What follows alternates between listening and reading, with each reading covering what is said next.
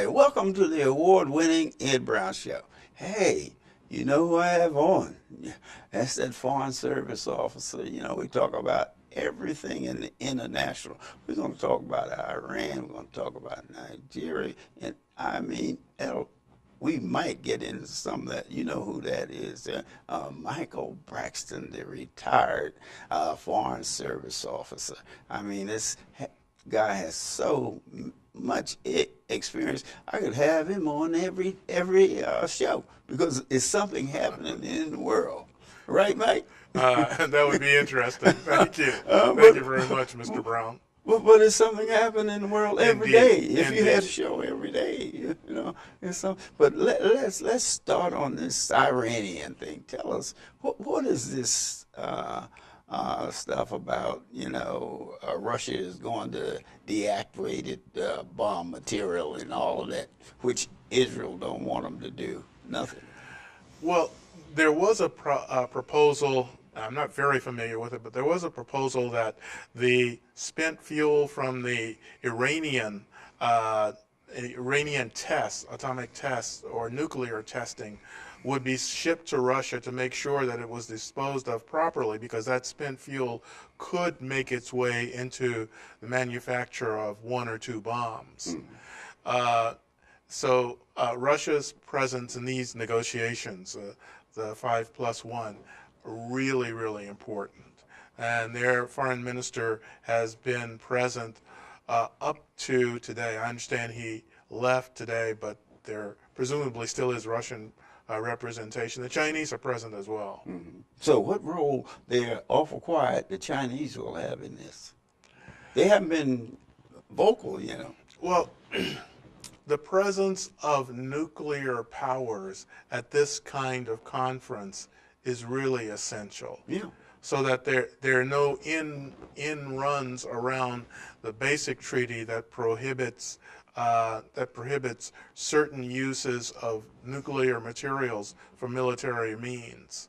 So I'm speaking in general terms because I'm no expert on this, but the Nuclear Non-Proliferation Treaty is a cornerstone of the international treaty system. If a state cannot exercise the norms and the controls that treaty calls for, then serious negotiations have to take place. When you say control, what are you talking about? Physical or mental or what? Physical controls, safeguards, assurances that the international treaty regime can be reassured that a given country is not going to break out of the controls of the Nuclear Non-Proliferation Treaty in ways that would threaten regional or world peace. Well, how do you make sure this is going to happen when we have elections and change of power in every nation? Because the treaty agreements that nations make in the whole course of the international law, the treaties that nations make obligate future administrations, future governments to the terms of that treaty. But it can be changed by, hey, a vote of the body, or Congress or whatever, right? Remember when our Senate sent the letter to the Iranian government saying that a future president might repudiate President Obama's agreement to this treaty? That's not necessarily the case. If that were the case, then the entire treaty regime would break down. Right. Exactly. So in order to reopen treaty negotiations, a state would have to cite the problem and get the agreement of all signatories to that treaty to sit down and renegotiate the terms of the treaty, and that is rarely done. Yes, because now when you observe it, you have 15 to 20 people sitting at the table. Then you have the second line. I guess these individuals that from each state that have information that the negotiator might need. Right. These are the experts. Those are the experts that are standing behind the representative from the nation. Exactly. Okay. So, for example, you have our Secretary of State, John Kerry, and beside him you have our Secretary of Energy, and behind them are their respective experts. I see. So and this expertise, the So president, if you're sitting, then you're the main guy. If you're standing up, then you. or if you're in a chair If you're behind in a the chair main guy. behind the main guy, that's the way it works. Because basically, I noticed that China is not very vocal. That may very well be. Although they're about the third, they have about the third number of bombs. Right? Well, there is a nuclear club. It's not really a club, but there. I may leave out one or two, but there's the United States, Britain, France, China, and Russia. Now we know that there are some threshold powers like Japan, Israel. Israel is widely believed to have Yes. an arsenal, but we don't talk about that very much. And the reason it is so important, one reason it's so important to achieve this agreement with Iran is that if Iran were to pursue the acquisition of nuclear weaponry, it would upset the balance of power in the Middle East so dramatically that its Arab opponents and its Arab neighbors might feel the need to equip themselves with comparable weapons. That is an eventuality no one wants to see. Well, what about the Palestinians? The fact that everyone knows that Israel already has it. Well, the fact that the Palestinians know that Israel has nuclear weapons is unfortunate. I mean, the fact that Israel has these weapons and they are not balanced by any other comparable power in the region is a problem. Yes. For people in the Palestinian lands. There has been some sentiment, and we've seen some reports that the fact that Pakistan has a weapon, Right. and Saudi Arabia possibly could acquire one With the money they have. Yeah. with the money they have and the expertise that they could buy, Right. makes this particular time fraught with danger. Right. Since Israel is a step ahead of these. But basically, I think Israel will resent the fact that they're not represented at this table with against Iran having the bomb. They're not represented, right? They're not represented. And I suppose that's a reasonable conclusion to draw given the activities of Prime Minister Netanyahu, his public statements critical of this treaty, and his speech to the Congress, and his subsequent statements after his victory in his election in Israel. I think what you said is probably a reasonable conclusion to draw. The fact that he's not represented, that's probably why he's so vocal. It would be awkward for Israel to insist on representation in a club where the primary prerequisite for membership is peace the ownership of nuclear weapons weapons. when Well, Israel they have it. when Israel is very reluctant to admit that That it they have has it, right. nuclear weapons, at least publicly. So that's the reason, is they want to keep as much as that under the table as possible. Well, we don't know whether that's the whole reason, but we know that this is an impediment for Israel to participate in a dialogue where one of the prerequisites is to publicly acknowledge that you have access to these weapons. Okay, well, what do you think this committee, how is this going to affect the Prime Minister of Israel now that he's the one? And some people say he's getting a little soft now, where he was talking, pretty bad there for a while, about the United States and that type of thing. And the fact that he came over here to address the Congress, how do you think that's going to affect the fact that he won the election? That's a very good question. As I understand, and this is not one of the things that I've looked at very closely, but in Israeli politics, it is essential that whoever the prime minister is, they have a reasonably good relationship with the United States. And when I say the United States, it means the whole of the United States, not necessarily one party or another party. Okay. In this case, the prime minister was running for re-election, and several weeks before the election was to take place, he was quietly invited by the House of Representatives, the Speaker of the House of Representatives, to address the House of Representatives.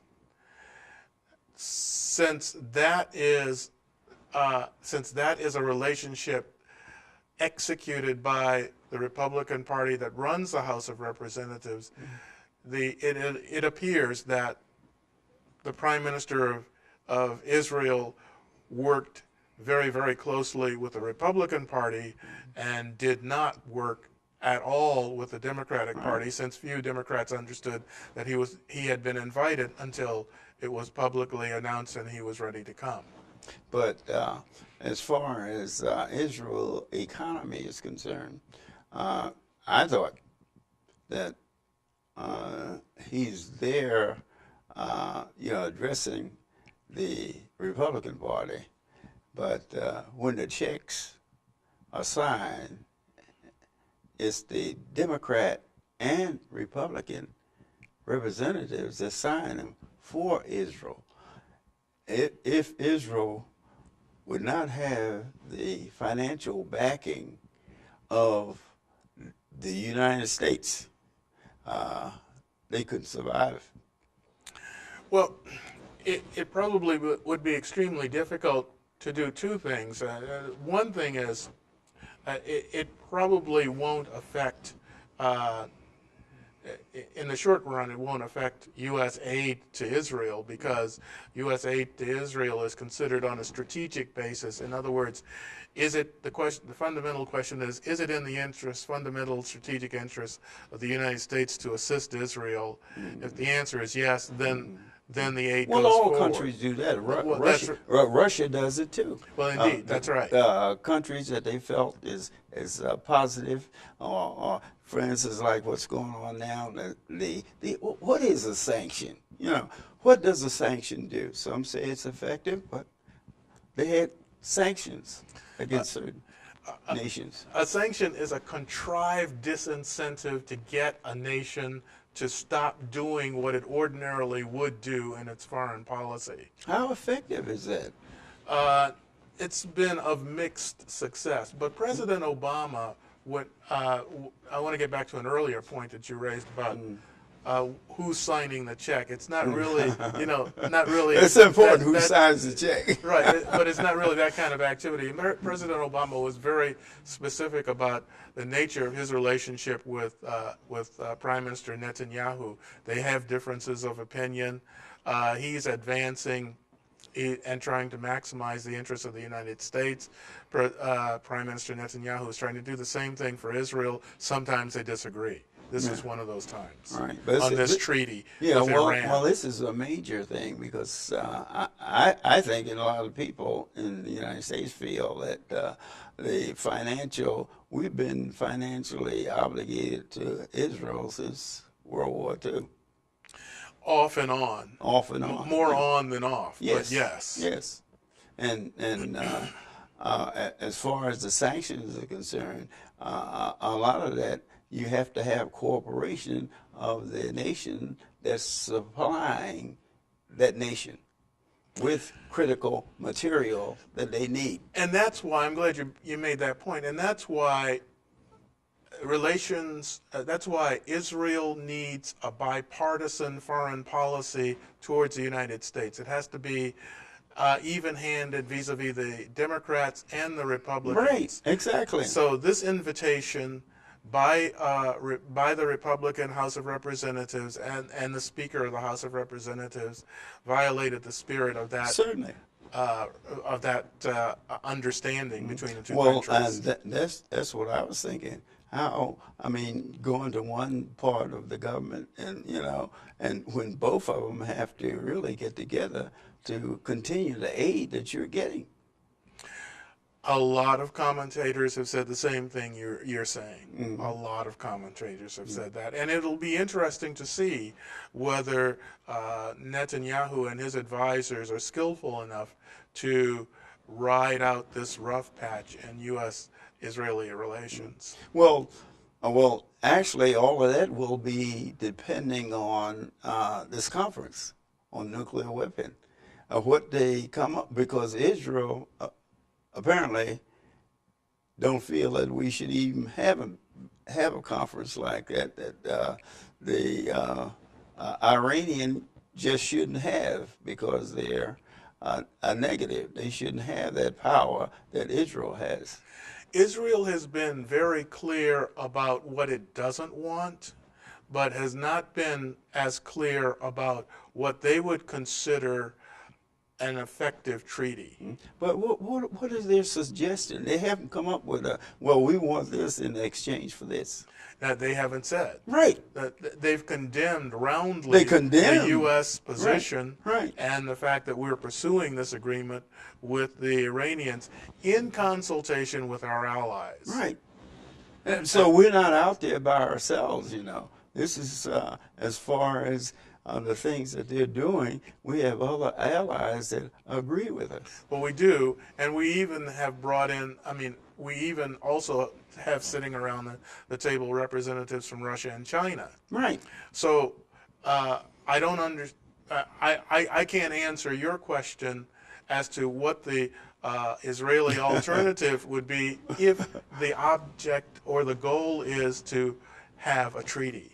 Okay, let's suppose it passes the treaty there. They come up with maybe it doesn't have many teeth to it, but they come up with some kind of agreement. Israel is indicating that no matter what they come up with, they're not going to agree with it.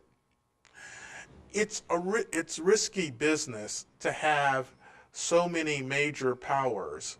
As I said, the U.S., Britain, France, Germany, Russia, and China sitting down at the table hammering out a treaty regime that hems in Iranian progress on nuclear weapons, and for Israel to be in that region but set itself apart from the treaty regime. That's risky business. Yes, I know that, but evidently they were willing to take that risk, that ingrained that hate for the Arabs is to the point that they'd rather fight than give in. One small minor point is Iran is not an Arab state. These are the Persians. The Arabs are the... Yeah, well, that's the problem we have here. Is that most people feel that the Arab is Islam You know, all the Arabs belong to Islam, and that's why we are prejudiced against anyone that belongs to the Islam. Is that true? There is there in this country there is rising anger among some groups of people against Muslims. Yeah, and, right. And people have lost, and people of the Muslim faith have lost their lives as a result. Right. But in this case, what we're talking about is a treaty that would stop Iran from using its spent fuel to build bombs or rockets with nuclear capability that could be fired at their neighbors, But who are many of whom are Arabs. okay, well the Muslims, they're not against Iran, right? Some are. Yeah, some are, but how did you just distinguish? You know, he said, if I'm Muslim, that everyone in the United States, they put you in one class. You know that you're Arab. The distinction is not made in the United States, but this is a very important distinction in the Islamic world. There are Sunni and there are Shia. Now, Iran is Shia, Saudi Arabia is Sunni. how many Americans understand that? If you're Arab, you're either Arab or you're either a Muslim. If you're Muslim, you're Arab now, right? Right. And so we put you in that category. Right. But this is a very important distinction in the context of the treaty that we're discussing. Well, you're talking about religion? The difference is religion, the Arab religion. What's the difference in the Arab religion and the Muslim religion? Well, there is no difference. Those are the same things. But if you are asking me what's the difference between the religion that the Persians or Iranians pursue and the ones that Saudi Arabia and many of the Gulf states pursue, I would say that one has to do with the Prophet Muhammad, peace be on his name, and one has to do with Hassan. And these are two different religions. These are two different sects of the same faith. And what's the difference in the sect and the religion? I can't answer that question. I can't answer that question. Well, that's what the American people, they have to be educated to that point, because usually if you're Muslim, then you're in trouble. Period. They call Muslim, Arabs, all of them the same. And they don't distinguish between the religion, just like you said, Shiite. What was the other? Shia and Sunni. And Sunni. Right. You know, okay. Well, you can have that just like here. You can have that in the same country, right? Well, absolutely right. Absolutely right. And then those two fractions, they fight each other in the same country, and all of them of Arab religion. What you're saying is really true. It is really unfortunate that when someone is totally uninformed, they're looking for revenge, and they shoot the wrong person. Right. It all breaks down into chaos. Yes, because they have similar dress. You know what I mean? So, you know, they generally dress. You can't, when they put on their different I say uniform or clothing, they're very similar. So a person would have to be an expert to tell the difference. Shortly after 9/11, there was a Sikh family. A Sikh religion is an Indian religion, right?